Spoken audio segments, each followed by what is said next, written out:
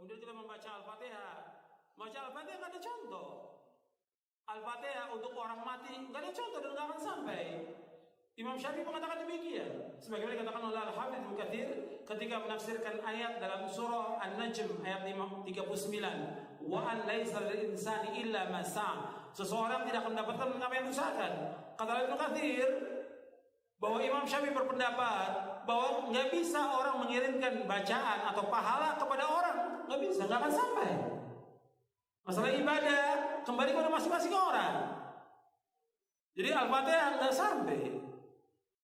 Begitu juga yang lainnya bacaan Al-Quran. Kadang-kadang orang sudah meninggal dibacakan Quran. Orang disuruh membaca Al-Quran di mana? Di rumah. Terutama surah Al-Baqarah, di masjid baca Al-Quran, bukan di kuburan. Al-Quran ini diturunkan oleh Allah untuk ancaman kepada siapa? Orang hidup, orang mati. Di surah Yasin ayat 70 Allah berfirman, liyunzira man kana hayyan wa yahiqqal qawlu 'alal kafirin. Bahwa Al-Quran diturunkan Allah untuk mengancam orang yang hidup, hayyan, orang yang hidup, bukan orang mati. Kok orang mati dibacakan Quran? Manfaatnya apa? Enggak ada manfaatnya. Disuruh kita baca Al-Quran di rumah kita. Kata Nabi, la taj'alu buyutakum maqabira inna syaitana yanfiru minal baiti alladhi tuqra'u fi suratul Baqarah. Jangan kamu jadikan rumah kamu seperti kuburan. Sesungguhnya syaitan lari dari rumah yang membacakan surah Al-Baqarah. Enggak ada para sahabat membacakan Quran di kuburan, enggak ada. Kemudian juga mengirimkan Al-Fatihah kepada Nabi juga enggak ada. Ini kan banyak orang setiap hari dari majelis ila hadratin Nabi Al-Fatihah. Dari mana dalilnya? Dari mana dalilnya? Dari mana? Yang disuruh kita membanyakan apa? Sholawat kepada Nabi, bukan baca Al-Fatihah. Kenapa enggak Al-Baqarah? Kenapa enggak Ali Imran? Kenapa enggak An-Nisa? Kenapa enggak Al-Maidah? Kok Al-Fatihah? Enggak ada dalilnya. Di Quran maupun di hadis Nabi yang sahih, enggak ada para sahabat kumpul, ayo kita baca Al-Fatihah untuk Nabi. Enggak pernah ada. Enggak ada seluruh riwayat yang demikian dan enggak akan sampai. Perhatikan, yang Nabi mau kepada umatnya apa? Ittiba, mengikuti beliau, bukan mengirimkan Al-Fatihah. Nabi sudah tempatnya di surga yang paling tinggi. Nabi itu Firdaus al-A'la yang paling tinggi. Yang pertama kali membuka pintu surga siapa? Rasulullah SAW. Kita kayak banyak amalan aja ngirimkan Fatihah ke Rasulullah. Membahas bahwa Nabi Muhammad tak pernah menganjurkan untuk mengirim Al-Fatihah untuk orang yang sudah meninggal. Apakah betul Pak Ustadz? Apakah ada hadisnya? Bisa. Kalau ada orang meninggal dunia, hadis pertama, kalau ada orang meninggal dunia, asri'u lahu, cepat-cepatlah kuburkan. Jangan jenazahnya tahan lama-lama. Saya sampaikan sudah ke istri saya, kalau aku mati cepat-cepat kuburkan. Mati maghrib, ba'da isya kuburkan. Bagaimana makam malam? Abu Bakar Siddiq meninggal dimakamkan malam. Tempat kita banyak lampu. Tak ada menggali, carikan ekskavator. Jangan tunggu sampai besok. Sudah saya sampaikan itu. Ini meninggal sore, ditunggulah sampai besok.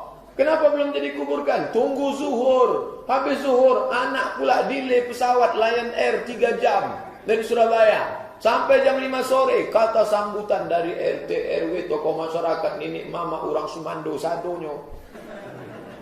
Panjang cerita. Kalau bolehlah jenazah itu di dalam ngokok. Capek dah. Betul enggak. Tak sabar mau ikut ruang interview ujian dia. Nah, cepat-cepat. Setelah kalian kuburkan cepat-cepat, bacakanlah pada bagian kepalanya Al-Fatihah. Pada bagian kakinya ujung surat Al-Baqarah, lillahi ma fis samawati wa ma fil ard. Dalil pertama. Terima kasih Pak. Ini kalau ada air ini makin lama biasanya. Dalil kedua, kata Abdullah bin Umar bin Khattab, anak Umar bin Khattab, dalam kitab Ar-Ruh, murid Imam Ibnu Taimiyah punya murid namanya Imam Ibnu Qayyim Al-Jauziyah, nama kitabnya Ar-Ruh. Kalau nanti aku mati, tolong bacakan pangkal surat Al-Baqarah sampai wa ulaika humul muflihun, dan bacakan ujung surat Al-Baqarah, lillahi ma fis samawati wa ma fil ard. Dalil yang kedua. Maka berdasarkan dalil ini, kata mazhab Syafi'i, dalam kitab Al-Majmu' Syarah Muhadzab disebut oleh Imam An-Nawawi, wa in khatimul Quran, seelok-eloknya bacalah sekhatam Quran. Kalau tak sanggup sekhatam Quran, bacalah hatinya Al-Quran, qalbul Quran, Yasin wal Qur'anil Hakim, innaka laminal mursalin. Kenapa Pak Imam menangis? Belum dibayar hutang. Nah, tak sanggup membaca Yasin terlalu panjang, Ummul Quran Al-Fatihah untuk almarhum Ustaz Abdul Somad. Al-Fatihah. Sampai tak Pak Ustaz? Sampailah. Dalil sudah saya bacakan. Udah itu tanya dulu. Sampai tak Pak Ustaz? Nah, coba bacakan. Balik lagi enggak? Berarti sampai. Dibacakan dalil tak percaya. Dibacakan logika tak percaya. Tak juga dia percaya, saya tak percaya. Siapa nama lengkap? Nanti kalau kau mati, kebacakan Al-Fatihah. Teman-teman sekalian yang dimuliakan Allah Subhanahu wa taala, ziarah itu artinya kunjungan. Ziarah. Jadi saya menziarahi antum, berarti saya mengunjungi antum. Mau kemana Ustaz Adi? Mau ziarah. Mana? Ke Pak Lutfi. Pak Lutfi di mana? Di Lampung. Kan Pak Lutfi masih hidup. Ziarah itu bukan mengunjungi orang yang wafat saja. Ziarah itu bisa diartikan mengunjungi orang yang masih hidup. Bisa. Jadi ziarah artinya kunjungan. Kunjungan. Baik ya? Nah sekarang, bolehkah kita mengunjungi orang yang sudah wafat? Boleh. Apa yang dikunjunginya? Kuburnya. Makanya ada istilah ziarah kubur. Mengunjungi orang yang wafat dalam kuburnya. Apa yang dilakukan? Mendoakan mereka. Jadi Nabi bahkan mengatakan, silakan. Lihat-lihat. Kuntu nahaitukum an ziyaratil kuburi fal'ana fazuruha. Itu dalilnya. Dulu saya pernah larang Anda untuk ziarah kubur. Dulu itu saat iman lemah. Ada kebiasaan di jahiliyah. Kalau ada orang meninggal, itu mereka meratap-ratap.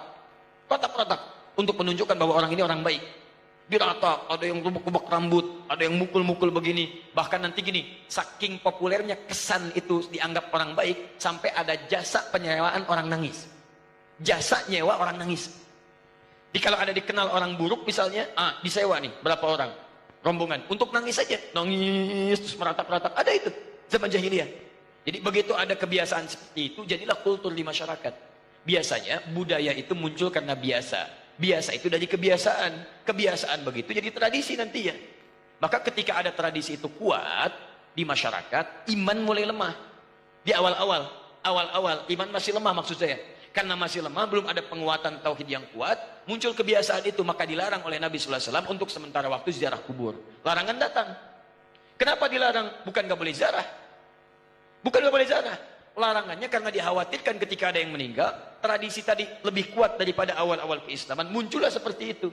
Sehingga maaf, iman yang seharusnya muncul teman-teman sekalian, itu terhenti, terbatasi oleh nilai-nilai tradisi yang tadi. Maka setelah imannya kuat, paham bisa membedakan, mana doa, mana diskusi, mana ceramah, mana ngobrol, ya kan? Mana kemudian teman-teman sekalian bisa mendoakan dengan baik, mana yang bisa meningkatkan iman, mana yang bisa mengurangi iman. Dari situlah kemudian, ini yang paling menarik, muncullah sabda Nabi, kuntu nahaitukum an ziyaratil kuburi. Dulu saya larang kalian ziarah kubur karena dikhawatirkan kalian meratap, minta-minta pada yang tidak baik. Fal'ana fazuruha. Sekarang ziarahi. Di ziarah kubur itu hukumnya boleh. Sekarang antum katakan, saya ingin ziarah Wali Songo. Boleh. Apa yang dilakukan saat ziarah itu? Turunkan lagi hadis-hadis Nabi-nya. Doakan mereka. Apa doanya? Salam dulu. Assalamualaikum ya ahlad diyar. Minal mu'minina wal mu'minat. Wal muslimina wal muslimat. Wa nahnu insya'allahu bikumul lahiqun. Ziarah. Bahkan antum kepada Nabi. Ke Madinah. Ziarah. Begitu setelah selesai sholat Raudhah, antum lewat Babu Salam, lewat itu kan ziarah. Assalamualaikum ya Rasulullah. Assalamualaikum ya Abu Bakrin. Assalamualaikum ya Umar radhiyallahu taala anhuma. Antum ke Baqi ziarah. Assalamualaikum ya ashaban Nabi sallallahu alaihi wasallam. Assalamualaikum ya ahlad diyar. Minal mu'minina wal muslimin wal mu'minat wal muslimina wal muslimat wa nahnu insyaallahu bikumul lahiqun. Datang ke Wali Songo, ziarah. Apa darahnya? Sampaikan salam. Salamnya yang tadi. Setelah itu apa? Itu sunnah Nabi, berdoa. Allahumma ighfir lahum warhamhum wa'afihim wa'fu anhum. wa akrim nuzulahum, wasi' madkhalahum, wa naqqihim minal khataaya kama yunaqqa thawbul abyadu minad danas. Doakan mereka. Ya Allah, alirkan pahala pada mereka. Ya Allah, berikan kemuliaan pada mereka yang telah membawa risalah dakwah ke Nusantara. Ya Allah, muliakan keluarganya. Ya Allah, berikan kekuatan ya Allah kepada keluarganya dalam keadaan yang terbaik. Selesai, itulah ziarah kubur. Lalu sampaikan, ya Allah, kami pun sadar kami kapanpun akan diwafatkan. Maka wafatkan kami ya Allah seperti Engkau wafatkan mereka dalam keadaan yang terbaik. Sudah. Makanya kata Nabi, cara terbaik meningkatkan iman, mengunjungi, berziarah atau ingat pada kematian. Sering lewat alam kubur mengingatkan kita mendekatkan diri pada Allah Subhanahu wa taala. Yang tidak boleh, maaf, minta-minta di kuburan. Pegang nisan, kan? Pak, tolong, Pak, cucu saya mau lahiran, tolong. Makanya saya datang ke sini. Antum ngapain datang ke situ? Yang di situ saja nggak bisa keluar. Antum itu kayak yang di situ. Nah, itu yang tidak tepat. Jadi yang dilarang itu minta-minta pada yang tidak dibenarkan. Kalau zarahnya nggak ada masalah. Lalu bagaimana kemudian menyikapi yang seperti ini? Antum bikin zarah. Cari ustaz yang bagus. Datang kemudian, di situlah diadakan taklim. Terangkan, ini loh risalahnya. Saya pernah itu, ya, tur jejak Islam di Nusantara. Bukan Islam Nusantara, jejak Islam di Nusantara. Beda antara Islam Nusantara dengan jejak Islam di Nusantara. Kami susuri Pak, sampai ke Aceh Pak. Aceh, dari Aceh. Kami kunjungi makam Syekh Abdul Rauf As-Singkili. Datang. Itu saya terangkan taklim dulu. Syekh Abdul Rauf itu masuknya ke Aceh seperti ini. Kemudian menyampaikan begini, risalah Islamnya begini. Setelah itu kita datang, mana buktinya beliau ada? Kita kunjungi. Sampai ke tempat makamnya, dari hanya kuburannya. Masuk ke situ kita berdoa. Saya pimpin doanya. Begini cara berdoanya. Sampaikan begini, begini, begini. Sudah, ayo kita pulang. Saya sampai ke Lasem. Untuk menelusuri jejak Islam di Nusantara ke arah wilayah Jawa Tengah sampai ke Jawa Timur. Nah, ujung Jawa Tengah ke Lasem, saya tunjukkan. Ini dulu ada Sunan Bonang di sini. Teman-teman sekalian, nama aslinya ini, asalnya begini, ininya begini, ininya begini. Dari mana taunya? Apakah itu fiktif? Ayo kita lihat. Susuri tempatnya. Ini tempat beliau. Ini tempat awal merapatnya. Ini tempat keluarganya. Ini pas sujudannya. Sampai saya hitung berapa anak tangga sampai ke atasnya. Yang merawat tempatnya itu sampai kesujudannya. Yang merawatnya namanya Pak Abdul Halim. Begitu antum naik sampai ke atas, sebelah kiri. Di situ antum temukan nanti yang pegang kuncinya Pak Abdul Halim. Ketika bertemu dengan beliau, indah sekali. Pak, ini bukan makam ya. Bukan makam, makamnya itu bukan yang di sini, ini cuma pas sujudannya. Pas sujudan itu tempat beliau kemudian memetakan wilayah, berdoa kepada Allah, minta diberikan kekuatan, bersujud di situ, sholat menghadap ke arah kiblat, seperti Nabi naik ke Gua Hira. Lu memohon kepada Allah beri petunjuk, setelah itu berdakwah di lingkungan sekitaran. Makamnya bukan di sini Pak, tapi yang di bawah. Disamarkan makamnya supaya tidak ada yang mengkultuskannya. Indah keterangannya. Saya ajak jamaah untuk mendengarkan itu semua. Tuh, kan? Sering tertipu kita. Makanya ditutup tuh pas sujudannya juga supaya tidak ada yang mengkultuskan itu. Cuman lihat ke situ, baik, terangkan. Kalau sudah seperti itu enak taklim kitanya. Di sejarahnya paham, ada tokohnya, ada bekasnya, kemudian kita mendoakan, setelah itu kita pulang, selesai. Jadi kita itu tidak harus saling mencolok, enggak ada wali songo, begini begini begini. Alah, antum ini kenapa sih? Sebelum bilang enggak ada, lihat dulu. Lihat, pahami, baca kisahnya, pelajari, ambil inspirasinya. Kalau ada yang meninggalnya, doakan seperti antum datang ke makam Uhud. Datang ke situ, antum doakan, cerita di situ, selesai. Seperti antum datang ke makam Nabi, berdoa di situ, bahas sekitarannya, pulang, selesai. Itulah teman-teman sekalian. Jadi kita ambil cara yang hikmah. Jelas ya? Nah, jadi kita pun tidak harus menyakiti orang lain, tapi meluruskan dengan cara-cara